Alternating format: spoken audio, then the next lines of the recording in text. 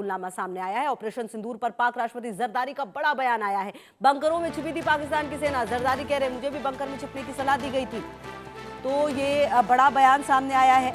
और ऑपरेशन सिंदूर पर आपको बता दें कि शनिवार को पाकिस्तान के राष्ट्रपति आसिफ अली जरदारी का ये बड़ा कबूलनामा सामने आया है, जिसमें उनकी तरफ से ये कहा गया कि ऑपरेशन सिंदूर के दौरान सेफ्टी के लिए बंकर में छिपने को कहा गया था। जरदारी के अनुसार उनसे कहा गया जंग शुरू हो गई, अब बंकर में चलना ही सुरक्षित होगा।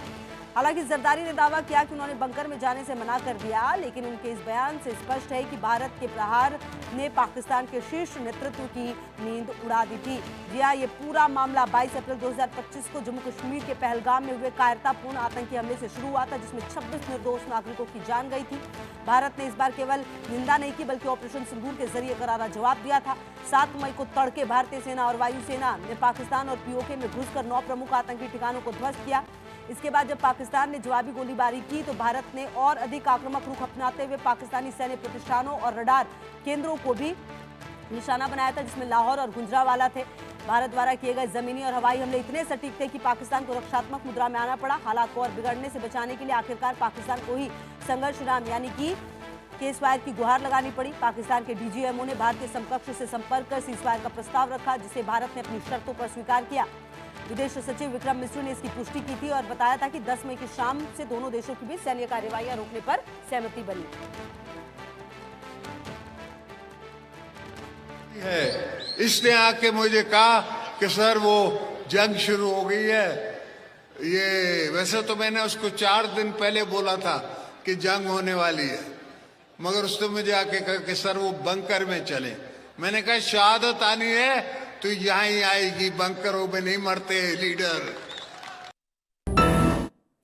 तो आपने सुना इनको। और आपको बता दें कि राष्ट्रपति जरदारी का ताजा बयान भारत की बदली हुई कूटनीतिक और सैन्य ताकत का प्रमाण है। ऑपरेशन सिंदूर ने न केवल आतंकी नेटवर्क की कमर तोड़ी, बल्कि पाकिस्तान के उस भ्रम को भी खत्म कर दिया कि परमाणु ब्लैकमेल के जरिए भारत को चुप रख सकता है। अंतर्राष्ट्रीय स्तर पर भी भारत ने इसे नॉन एस्केलेटरी, गैर विस्तारवादी यानी प्रिसीजन कार्रवाई बताया, लेकिन जिससे वैश्विक समर्थन भी मिला। जरदारी का बंकर वाला जिक्र यह साबित करने के लिए काफी है भारत का नया भारत अब घर में घुसकर मारने की क्षमता और इच्छा शक्ति रखता है। तो कुल मिलाकर आपको बता दें कि जो बातें जरदारी की तरफ से कही गई हैं वो कहीं ना कहीं ये बताती है कि यह नया भारत है, और भारत की तरफ अगर आंख उठाकर देखा जाए और उसे परेशान करने की कोशिश किया जाए तो भारत घर में घुसकर मारेगा, और ये भारत का नया नॉर्मल है। भारत अब इस बात को अपनाने से कोई गुरेज नहीं करता। तो ये बड़ा कबूलनामा पाकिस्तान के राष्ट्रपति आसिफ अली जरदारी की तरफ से। उन्होंने बताया कि ऑपरेशन सिंदूर के दौरान सेफ्टी के लिए बंकर में उन्हें छिपने के लिए कहा गया था,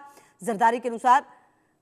और अजय जांडियाल हमारे संवाददाता ज्यादा जानकारी के लिए इसी खबर पर हमारे साथ। देखिए अजय, ये बात जो इनकी तरफ से कही गई है जरदारी की तरफ से, बताता है कि ऑपरेशन सिंदूर के दौरान हमने जिस तरह का हमला किया उससे पाकिस्तान के जो आतंकवादी थे वो तो थे ही थे, जो पाकिस्तान के हुक्मरान थे वो तक हिल गए थे। और कुल मिलाकर ये नया भारत है जो घर में घुसकर मारना जानता है और घर में घुसकर मारता भी है। इस बात को पाकिस्तान के जो राष्ट्रपति हैं उनकी तरफ से क्लियर कर दिया गया है।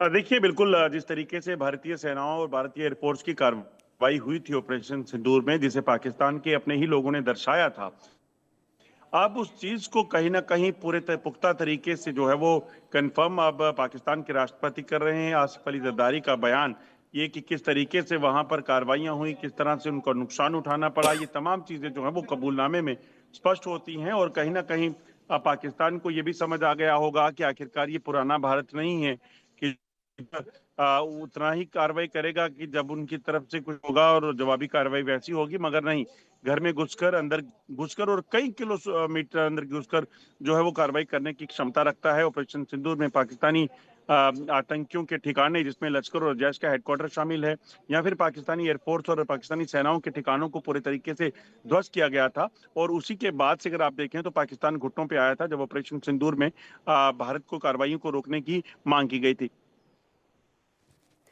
तो और कहीं ना कहीं देखिए अजय, एक बात यह भी तय है कि जिस तरह से यह घटना सामने आई है, भारत ने यह भी बता दिया कि ऑपरेशन सिंदूर ने न केवल आतंकी नेटवर्क तोड़ा है बल्कि पाकिस्तान के उस भ्रम को खत्म कर दिया जो परमाणु ब्लैकमेल वाली बात करता है, लगातार करने की कोशिश करता है। और जब आसिफ अली जरदारी ये कह रहे हैं कि बंकर में घुसने के लिए उन्हें कह दिया गया था, तो कुल मिलाकर दहशत का आलम क्या रहा होगा पाकिस्तान में, यह भी सोचने वाली बात है।